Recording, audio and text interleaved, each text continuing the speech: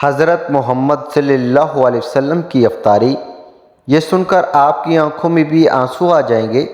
حضرت عائشہ رضی اللہ تعالیٰ عنہ سے روایت ہے کہ رسول خدا صلی اللہ علیہ وسلم اکثر افطاری میں تربوز کو کھجوروں کے ساتھ بسم اللہ الرحمن الرحیم رمضان المبارک کے ماہ سعید میں حضور نبی کریم صلی اللہ علیہ وسلم کے معاملات عبادت ریاضت میں عام دنوں کی نسبت کافی اضافہ ہو جاتا۔ اس مہینے میں اللہ تعالیٰ کی خشیت اور محبت اپنے عروج پر ہوتی۔ اس شوق اور محبت میں آپ صلی اللہ علیہ وسلم راتوں کے قیام کو بھی بڑھا دیتے۔ حضور نبی کریم صلی اللہ علیہ وسلم کے انہی معاملات کا ذکر کیا جاتا تاکہ ہم بھی حضور نبی کریم صلی اللہ علیہ وسلم کے اسوہ پر عمل کر کے اس مہینے کی برکتیں اور سعادتوں کو لوٹ سکیں۔ حضور نبی کریم صلی اللہ علیہ وسلم رمضان المبارک سے اتنی زیادہ محبت فرمایا کرتے تھے کہ اس کے پانے کی دعا کیا کرتے تھے، اور رمضان المبارک کا اہتمام ماہ شعبان میں ہی روزوں کی کثرت کے ساتھ ہو جاتا تھا۔ حضور نبی کریم صلی اللہ علیہ وسلم اس مبارک مہینے کا خوش آمدید کہہ کر اس کا استقبال کرتے۔ حضور نبی کریم صلی اللہ علیہ وسلم نے سوالی انداز کے ذریعے صحابہ کرام سے رمضان المبارک کے استقبال کے بارے میں پوچھ کر اس مہینے کی برکت کو مزید واضح کیا۔ جب رمضان المبارک کا مہینہ آتا تو حضور صلی اللہ علیہ وسلم صحابہ کرام سے دریافت کرتے، تم کس کا استقبال کر رہے ہو اور تمہارا کون استقبال کر رہا ہے؟ یہ الفاظ آپ نے 3 دفعہ فرمائے۔ اس پر حضرت عمر رضی اللہ تعالیٰ عنہ نے عرض کیا، یا رسول اللہ علیہ السلام، کیا کوئی وحی اترنے والی ہے یا کسی دشمن سے جنگ ہونے والی ہے؟ حضور صلی اللہ علیہ وآلہ وسلم نے فرمایا، نہیں، ایسی کوئی بات نہیں ہے۔ پھر آپ صلی اللہ علیہ وسلم نے فرمایا، تم رمضان کا استقبال کر رہے ہو جس کی پہلی رات تمام اہل قبلہ کو معاف کر دیا جاتا ہے۔ ام المومنین عائشہ رضی اللہ عنہ بتا رہی ہیں کہ حمزہ بن ام سلمہ رضی اللہ عنہ نے آپ صلی اللہ علیہ وسلم سے یہ پوچھا کہ کیا میں سفر میں روزہ رکھوں؟ آپ صلی اللہ علیہ وسلم نے انہیں اختیار دیا کہ اگر چاہو تو روزہ رکھو اور اگر چاہو تو روزہ نہ رکھو۔ یہاں پر روزے سے مراد فرض روزہ ہے، اس لیے کہ آپ صلی اللہ علیہ وسلم کا فرمان ہے کہ یہ اللہ کی طرف سے رخصت ہے۔ اس سے معلوم ہوتا ہے کہ حمزہ رضی اللہ عنہ کا یہ سوال فرض روزوں کے بارے میں تھا۔ اس کی دلیل ابو داؤد کی روایت کردہ یہ حدیث ہے کہ حمزہ بن عمر دا سلمی رضی اللہ عنہ نے پوچھا، اے اللہ کے رسول صلی اللہ علیہ وسلم، میں نے صحب سواری ہوں جس میں استعمال میں لاتا ہوں، کبھی اس پر خود سفر کرتا ہوں اور کبھی اسے کرائے پر دیتا ہوں، اور بسا وقت دوران سفر یہ مہینہ یعنی رمضان آ جاتا ہے اور میں روزہ رکھنے کی طاقت رکھتا ہوں۔ حدیث اس بات کا بھی احتمال ہے کہ یہ سوال مطلق روزہ رکھنے کے بارے میں تھا، چاہے وہ واجب ہو یا نقل، کیونکہ عائشہ رضی اللہ عنہ کا قول ہے اور وہ بہت زیادہ روزے رکھنے والے تھے۔ اس سے یہ واضح ہوتا ہے کہ سفر میں روزہ نہ رکھنے کی اجازت ہے۔ جس نے رخصت کو لے لیا اس نے درست کیا، اور جس نے روزہ رکھا اس کے لیے یہ جائز ہے اور اس کے روزے کو واجب کا ادا کرنا والا سمجھا جائے گا۔ ناظرین، اللہ کے پیارے نبی حضرت محمد صلی اللہ علیہ وسلم نے اپنی حیات زندگی میں نور رمضان دیکھا ہے، یعنی کہ نور رمضان گزرے ہیں۔ 10ویں رمضان کے شروع ہونے سے پہلے آپ اس دنیا سے پردہ فرما گئے، یعنی کہ آپ اللہ کے پاس تشریف لے گئے۔ اس طرح سے آپ نے اپنی زندگی میں روزے فرض ہونے سے وفات تک نور رمضان گزرے۔ ناظرین، آج کی اس ویڈیو میں ہم بات کرنے والے ہیں کہ اللہ کے پیغمبر حضرت محمد صلی اللہ علیہ وسلم کی سحری اور افطاری کیسے ہوتی تھی، یعنی کہ آپ سحری اور افطاری میں کیا چیزیں کھانا پسند کرتے تھے، اور ساتھ میں ہم آپ کو پیارے نبی صلی اللہ علیہ وسلم کی افطاری کا ایک ایسا واقعہ بھی بتانے والے ہیں جس کو سن کر یقیناً آپ لوگوں کا دل خوش ہو جائے گا۔ ناظرین، حضرت انس رضی اللہ تعالیٰ عنہ فرماتے ہیں کہ اللہ کے نبی حضرت محمد صلی اللہ علیہ وسلم مغرب کی نماز سے پہلے چند کھجوروں سے افطاری فرماتے تھے، یعنی کہ آپ تازہ کھجوروں سے افطاری کرتے تھے۔ اگر تازہ کھجور نہ ملتی تو پھر آپ خشک کھجور سے یعنی کہ سوکھے کھجور سے افطاری فرماتے، اور اگر کبھی خشک کھجور بھی نہ ہوتی تو پھر آپ چند چلو پانی پی کر افطاری کرتے، یعنی کہ تھوڑے سے پانی کو پی کر آپ افطاری کرتے تھے۔ ایک اور حدیث پاک میں ہے کہ اللہ کے نبی صلی اللہ علیہ وسلم ان کھجوروں سے یا پھر کس ایسی چیز سے افطاری فرماتے تھے جو آگ کی پکی ہوئی نہ ہوتی، جیسے کہ پھل فروٹس، یعنی کہ آپ اس طرح کی چیزوں سے روزہ کرنا یعنی افطار کرنا زیادہ پسند فرماتے تھے۔ اس لیے یاد رکھیں، تازہ کھجوروں سے افطاری کرنا یہ مستحب ہے، اور اگر تازہ کھجور نہ ملے تو خشک کھجور سے یعنی چھوارے سے روزہ کھولنا بھی بہتر ہے، اور اگر کبھی خشک کا کھجور بھی نہ ملے تو پھر پانی سے افطاری کرنا بھی ہمارے نبی صلی اللہ علیہ وسلم کی سنت ہے، یا پھر اس کے علاوہ جوس یا دودھ کے ساتھ بھی روزہ کھولنا بہتر ہے۔ یاد رکھیں، اللہ کے نبی صلی اللہ علیہ وسلم افطاری میں آگ پر پکی ہوئی چیزوں کو نہیں کھاتے تھے۔ اس کا مطلب یہ نہیں کہ اس لیے آپ نے منع فرمایا ہے، بلکہ اس کے بارے میں آپ نے ارشاد فرمایا ہے کہ افطاری میں آگ کی پکی ہوئی چیزوں کو کھانے سے پیٹ کو نقصان پہنچتا ہے، معدے کو نقصان پہنچتا ہے۔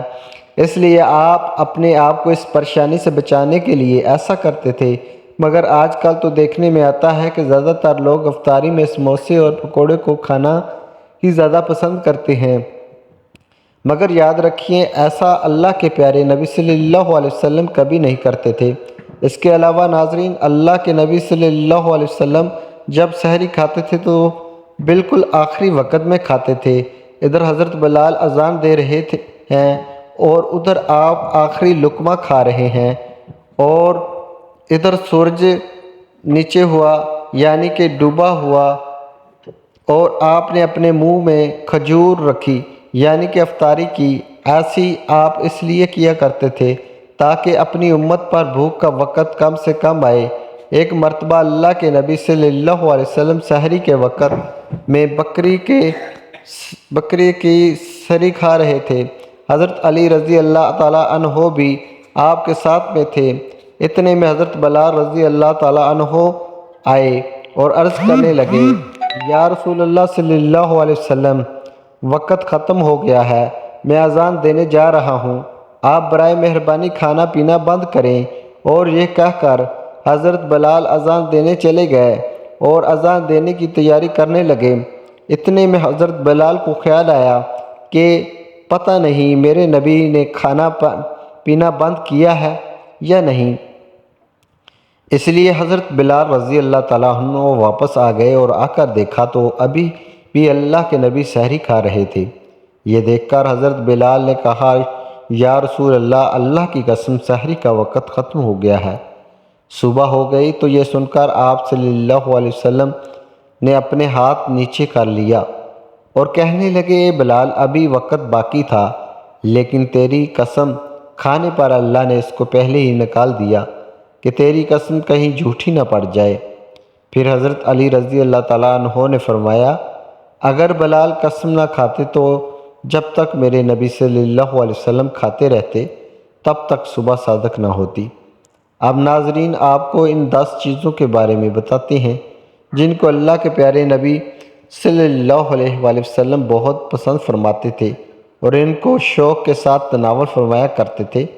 یاد رکھیں، اللہ کے پیارے نبی صلی اللہ علیہ وسلم کا کھانا پینا بڑا ہی سادہ تھا۔ شہد، زیتون کا تیل، کدو تو آپ بڑے شوق سے کھاتے تھے۔ آپ اپنے منہ اور دانتوں کا بھی بہت خیال رکھتے تھے، اس وجہ سے آپ کچا پیاز اور لہسن کبھی نہیں کھاتے تھے۔ آپ پیاز اور لہسن کو ان کی بدبو کی وجہ سے ناپسند فرماتے تھے۔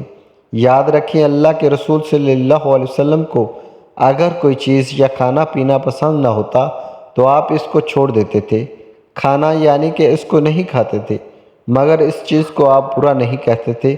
حدیث پاک میں ہے کہ اللہ کے نبی صلی اللہ علیہ وسلم کی عادت مبارک تھی کہ آپ کو جس قسم کا بھی کھانا مل جاتا تھا آپ اس کو تناول فرما لیتے تھے، یعنی کہ آپ وہ تمام کھانے جو خدا نے حلال کیے ہیں اس کو تناول فرما لیتے تھے۔ مگر یہ 10 چیزیں اللہ کے نبی کو بہت زیادہ پسند تھی، ان کو آپ بڑے ہی شوق کے ساتھ تناول فرماتے تھے۔ نمبر 1، کھجور۔ ناظرین، اللہ کے پیارے نبی حضرت محمد صلی اللہ علیہ وسلم کو کھجور سب سے زیادہ پسند تھی۔ آپ چند کھجوروں سے افطاری فرماتے تھے، یعنی کہ تازہ کھجوروں سے آپ افطاری کرتے تھے۔ اگر تازہ کھجور نہ ملتی تو پھر آپ خشک کھجور سے افطاری کرتے تھے، اور اگر خشک کھجور بھی نہ ملتی تو پھر آپ پانی سے افطاری کرتے تھے۔ کھجوروں میں سب سے زیادہ آپ کو عجوا کھجور سب سے زیادہ پسند تھی۔ آپ صلی اللہ علیہ وسلم نے فرمایا کہ جس گھر میں کھجور ہوتی ہے اس گھر میں کبھی بھی فاقہ نہیں ہوتا۔ نمبر 2، انگور۔ ناظرین، اللہ کے پیارے نبی حضرت محمد صلی اللہ علیہ وسلم کو انگور کھانا بھی بہت پسند تھا، یعنی کہ آپ انگور کو بڑے ہی شوق کے ساتھ کھاتے تھے، کیونکہ انسانی صحت کے لیے بھی ایک یہ بہت ہی فائدہ مند پھل ہے۔ نمبر 3، انار۔ ناظرین، پیارے نبی صلی اللہ علیہ وسلم کو انار کھانا بھی بہت زیادہ پسند تھا۔ آپ انار کو بھی بڑے شوق کے ساتھ کھاتے تھے۔ آپ صلی اللہ علیہ وسلم نے فرمایا کہ انار جنت کے پھلوں میں سے ایک پھل ہے۔ نمبر 4، انجیر۔ ناظرین، اللہ کے نبی حضرت محمد صلی اللہ علیہ وسلم کی پسندیدہ غذاؤں میں سے ایک غذا انجیر بھی ہے۔ آپ صلی اللہ علیہ وسلم نے فرمایا کہ انجیر بھی جنت کے پھلوں میں سے ایک پھل ہے، کیونکہ جنت میں جتنے بھی پھل ہوں گے وہ انجیر کی طرح ہوں گے۔ ان میں انجیر کی طرح نہ کوئی چھلکا ہوگا اور نہ ہی کوئی گٹلی ہوگی۔ اس کے علاوہ آپ صلی اللہ علیہ وسلم نے فرمایا کہ انجیر کا پھل کئی طرح کی بیماریوں کو بھی روکتا ہے۔ نمبر 5، تربوز۔ ناظرین، اللہ کے نبی حضرت محمد صلی اللہ علیہ وسلم کو افطاری میں تربوز بھی بہت زیادہ پسند تھا۔ آپ اکثر تربوز کو کھجور کے ساتھ ملا کر کھاتے تھے۔ حضرت عائشہ رضی اللہ تعالیٰ عنہ سے روایت ہے کہ رسول خدا صلی اللہ علیہ وسلم اکثر تربوز کو کھجوروں کے ساتھ ملا کر کھاتے تھے۔ نمبر 6، دودھ۔ ناظرین، دودھ بھی ہمارے پیارے نبی حضرت محمد صلی اللہ علیہ وسلم کی پسندیدہ غذا میں سے ایک غذا تھی۔ آپ کو دودھ بہت زیادہ پسند تھا۔ آپ اکثر گائے اور بکری کا دودھ استعمال کرتے تھے۔ آپ دودھ کو کبھی خالص تو کبھی پانی میں ملا کر پینا پسند کرتے تھے۔ نمبر 7، شہد۔ ناظرین، اللہ کے پیارے نبی صلی اللہ علیہ وسلم کو شہد بھی بہت زیادہ پسند تھا۔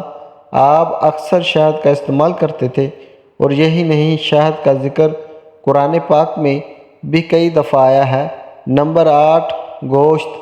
ناظرین، پیارے نبی صلی اللہ علیہ وسلم کو گوشت کھانا بھی بہت پسند تھا۔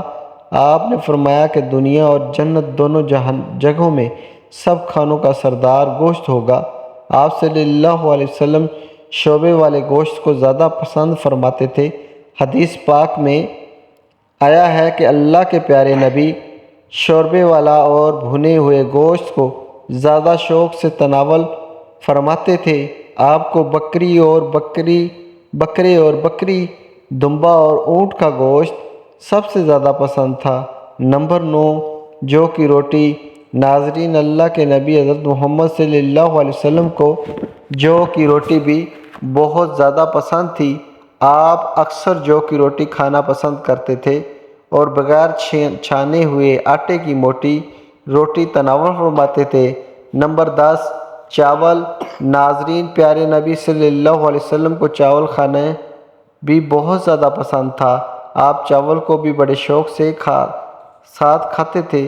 آپ صلی اللہ علیہ وسلم نے فرمایا کہ اللہ نے چاول کے دانوں میں بہت برکت رکھی ہوئی ہے۔ اللہ پاک ہمیں حلال اور کشیدہ رزق عطا فرمائے اور ہمارا خاتمہ ایمان پر فرمائے، آمین ثم آمین۔ ناظرین، کمنٹ باکس میں اللہ تعالیٰ کے 99 ناموں میں سے ایک نام ضرور ٹائپ کریں۔ شکریہ۔ امید کرتا ہوں کہ ویڈیو اچھی لگی ہوگی۔ لائک سبسکرائب لازمی کرنا۔ کوئی غلطی کوتاہی ہو تو معاف کرنا۔ اللہ حافظ۔